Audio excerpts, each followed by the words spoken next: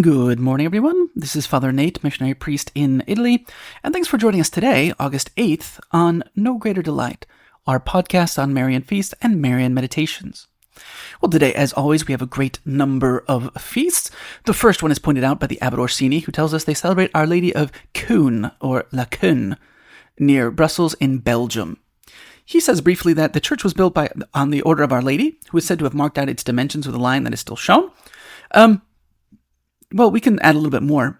At this time in Belgium, the crops were poor and there was much sickness. But Our Lady would not let her people plead in vain, because she herself knew what hunger, poverty, and pain was. She would help. So fervently, confidently, and lovingly, the people gathered at Mary's little shrine and asked her for help. Suddenly, the image of Mary smiled, and a sweet voice begged them to erect a church in her honor and to build it on this spot. Our Lady promised that on the morrow, so the following day, she would show them where and how. The dimensions of the church are said to have been marked out with a line which is still visible today. We're going to jump across the ocean and head to Mexico, in Guadalajara, Jalisco, in Mexico, where they celebrate Nuestra Señora del Rosario del Rayo, also known popularly as Virgen del Rayo or Nuestra Señora del Rayo. So that's literally Our Lady of the Rosary of the Lightning Bolt, right? The Virgin of the Lightning Bolt or Our Lady of the Lightning Bolt. So, according to tradition, a lightning bolt hit an image of Our Lady of the Rosary in the Dominican nuns' convent of Jesus Maria in Guadalajara. And this took place on the morning of August 13th, 1807. The Dominican sisters found the image destroyed in the doorway of the church, where they had temporarily placed this image. It's interesting because the image of Our Lady was burned, but the child Jesus that she was carrying in her arms had nothing wrong with him. And the sisters were also completely fine. So they were very grateful for the event, and so they celebrated the image with praises and masses and returned the image to its place in the church, right? On August 18th, one of the sisters was very sick, and so they brought the burned image into her room, right? While there was still, there was it seemed like a new storm was coming, right? Quickly, according to the witness of the sisters, the image began to light up. And all the sisters began to sing the Magnificat, right? And so when that happened, it was like a lightning bolt illuminated the room for several minutes, and a red color appeared on Our Lady's face, which was then miraculously restored. And not only did the sisters see it, but also the canon of the church, and Jose Maria Gomez, who was the bishop-elect of Michoacan, witnessed it as well. Last but not least, we're going to go back across the ocean to celebrate Santa Maria del Querce, Our Lady of the Oak, in Lucignano, in Arezzo, Tuscany, Italy, right? So in 1417, Feliciano Battone painted a fresco of the Pietà on a wayside shrine beneath a great oak. 50 years later, there was a surge in devotion to the Madonna of the Oak after the story was told that on August 8th, 1467, a man from Siena, running from his enemies, stopped there to pray to Mary, who made him invisible to his pursuers.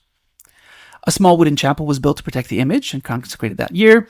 Later, the present church was designed by Giorgio Vasari in 1558 and consecrated in 1617. Right. So again, this was the date of that great miracle, and that is what we're celebrating today in the Marian world on August 8th.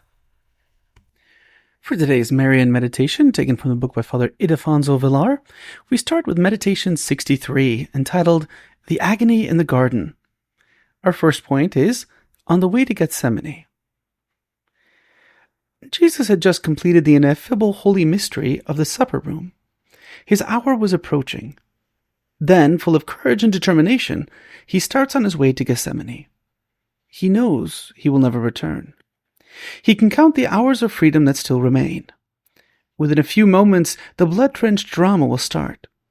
Because he knows it, his heart is in the throes of unspeakable suffering. My soul is very sad unto death.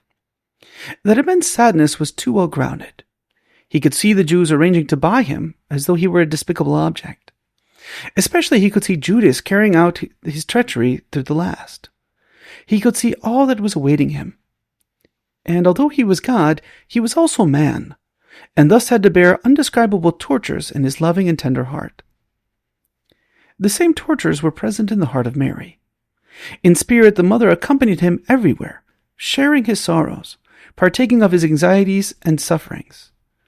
Perhaps by revelation she knew what Judas was plotting. Perhaps she knew how he would decide to give the final blow that very night. And knowing and contemplating every one of these circumstances, her heart was torn by sorrow. Although far from Jesus in body, she was closely united with him in spirit. How admirably did she penetrate into the reason and cause of the mortal sadness of the divine heart. For today's reading from the Admirable Heart of Mary by St. John Eudes, we read the last section of the last chapter of the last part of the Admirable Heart of Mary. So this is the last part of chapter 14, his commentary, the St. John Eudes commentary on the Magnificat, considering the line, "As he spoke to our fathers, to Abraham and his seed forever." But listen to me, my children. Now therefore, you children, hear me. Again, this is coming from the book of Proverbs 8:32. And blessed is the man that heareth me. Proverbs 8:34. What have I to say to you? Cast your eyes upon my life on earth, and consider the virtues that God granted me, the graces to practice there.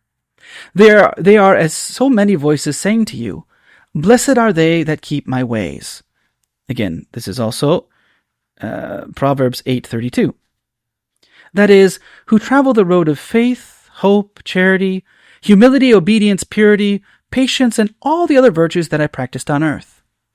Then embrace all these virtues in your hearts, and above all, cultivate a great love for my Son, Jesus Christ.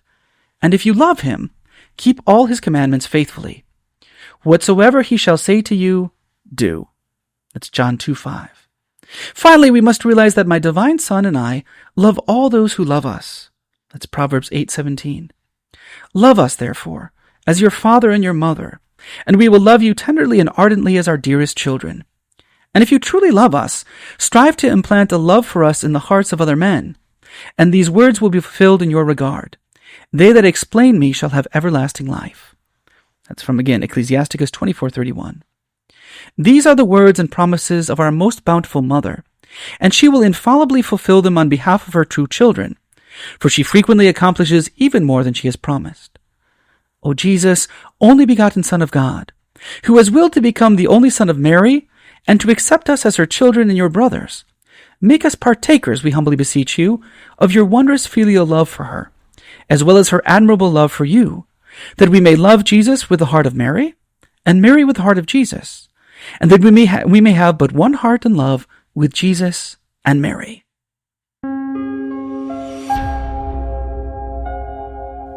Hello, and we hope that you enjoyed listening to our Marian podcast. In the spirit of Saint Bernard of Clairvaux, we say to you that there is no greater delight than to spread the devotion of Our Lady. We hope you share these sentiments and encourage you greatly to share with a loved one. Know that you are always in our prayers, and we ask that you keep us in yours. God bless.